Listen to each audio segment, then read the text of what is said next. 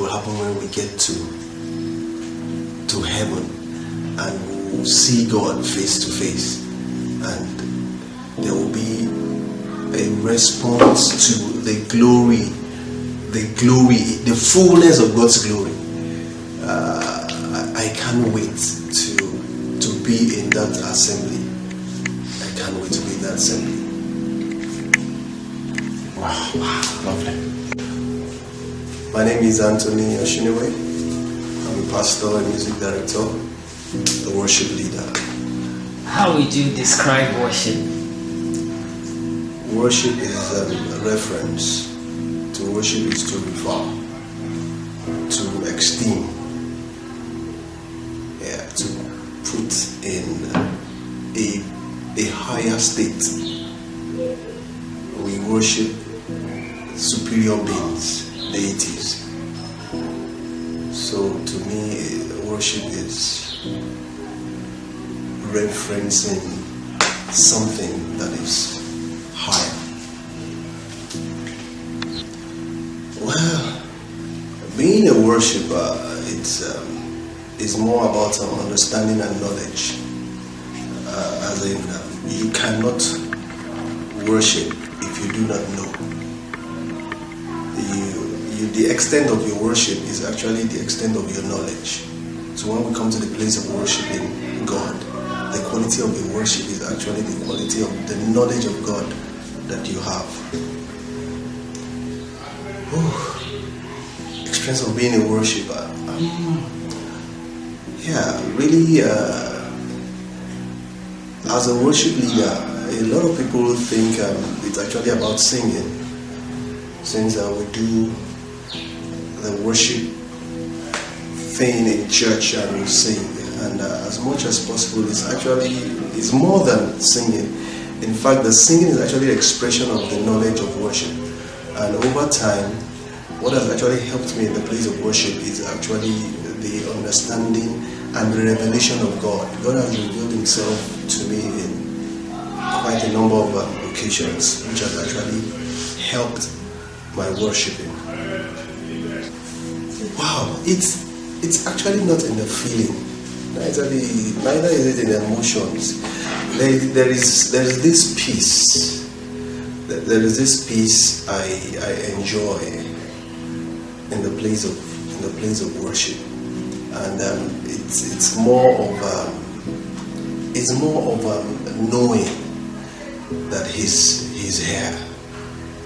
I don't need to feel God here. I know God is here, and every time I come to a place of worship, there is a knowing that He not only inhabits His praise, He enjoys His worship. Intimacy to a worshiper. Now, I've had a lot of people explain worship as loving God. Yes, to some extent, I can say it's loving on God. But when Jesus was speaking to Paul, he said to Peter, he said, "Do you love me? If you love me, you will be." Jesus talking to Peter, talking about love. If you love me, he said, "Feed my sheep." And so when it comes to the place of worship, intimacy is getting to a place where you are all about God's instructions, God's commandments, doing God's will. You are so close to God that you know His heart. You know the next point of action. So in the place of worship, His heart is revealed. You follow through instructions in the place of worship. Wow. From being a worshiper, the benefits is, like I said, there is peace. You know the mind of God. When you understand the mind of God, things actually fall in place. You know what to do per time. And there's nothing as awesome as knowing what to do per time. You know the heart of God. You know the mind of God for you, for every action, for every step. And that's one of the greatest benefits I've derived being a worshiper. and being a worship leader, it's actually an awesome thing to actually lead people into that same state. That after worship sessions, people are given instruction, people know what to do, people are blessed because they already have an understanding of the mind and the heart of God concerning their situations. Okay, sir. So who is a true worshipper? Is there a jurisdiction for worship? Is there a time? Is there a place? Is there a particular way it's supposed to be? In John chapter 4, Jesus speaking, he said, God is seeking those that will worship Him in spirit and in truth. Now, which means to worship, there is a dimension of worship that is actually false. You cannot worship a God that you do not know. So until you know God, you cannot worship Him. So the people that worship God based on the knowledge are actually the true worshippers. Yes, sir. Would like you to expatiate more on how your worship time is. What do you do? Is it a place you leave? Is it a place you come back to? How is it exactly? My worship time is not a place I come back to. It's a place that I'm always in, because His Spirit dwells on the inside of me. So I live a conscious life of God on the inside of me, and so every time my life is a life of worship. And like I said, worship is to revere. So my life is a life that I revere Him in everything I do, in every step I take, even in relating with people. It is to revere God, to see God. I want people to see God in every of my actions. That is what I call worship. And so it's not something that you come back to, that you excuse yourself. It's something that you do 24 hours, 7 days a week, 365 days in a year, or 366 days when it's a leap year. In 5 words.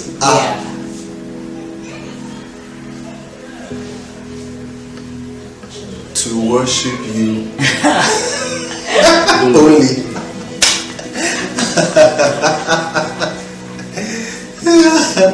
That's 5 words.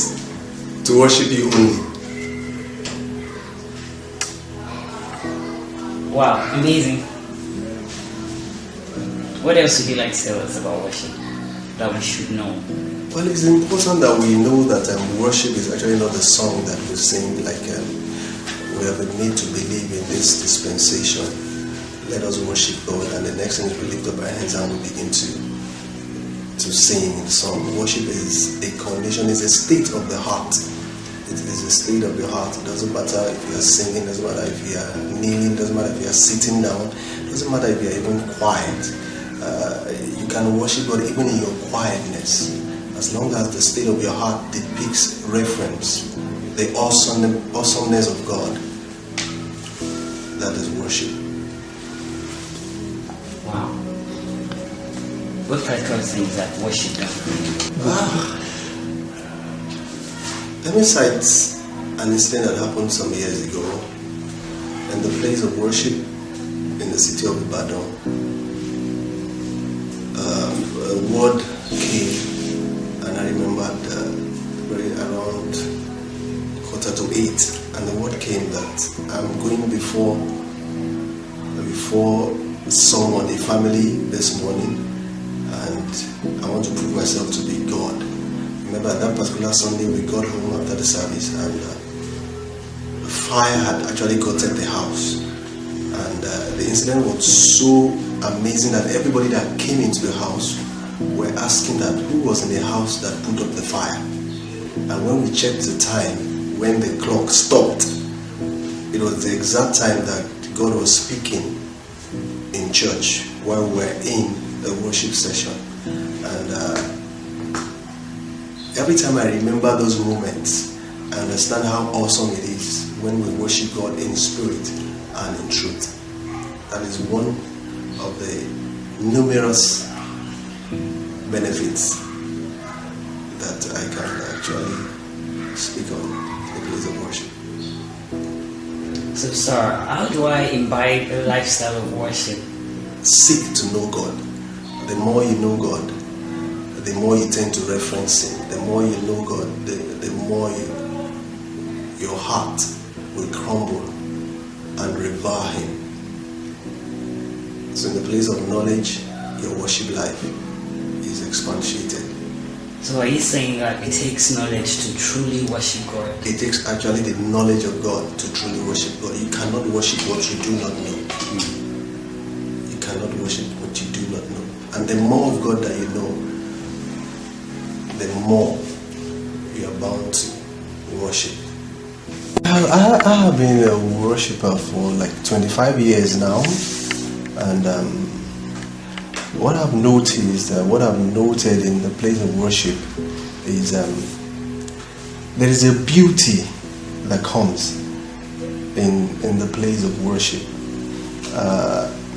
You worship, you revere God, and every time you come to a place of worship, one thing I've noticed is that whatever you profess God to be in the place of worship, that is what He comes to be, even in your situation. So in the place of worship, you express God as the Jehovah Shalom, and He comes and brings peace. You profess Him as Jehovah Jireh.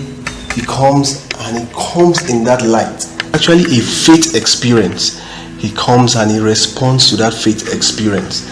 You call Him that you are my Lord, and He comes and He responds to you. You are my provider. He comes and He provides for you. You are my healer. He comes and He heals. He comes as a healer in the place of worship. It's a relationship, and in every relationship there is always a conversation. Conversation is actually very important in worship, and when you speak to God, He responds to you.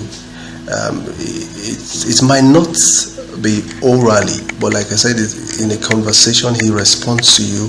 He responds to your worship.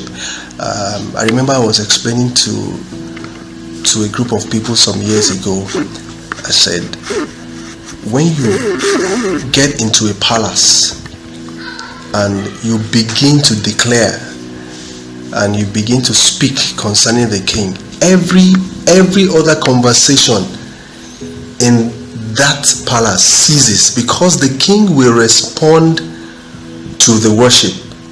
He will respond to the person worshiping at that time until the person finishes his worship. The king does not respond to any other matter. Again, it is after the worship that the king will now respond. That is even in the traditional setting, and it actually shows us what happens in the heavenlies. When you come to the king in the place of worship, He always responds to you. It's a conversation. He speaks to you. Like I said, He gives instructions. You understand His mind. When you come to the king in the place of worship, He always responds to you. It's a conversation. He speaks to you. Like I said, He gives instructions. You understand His mind.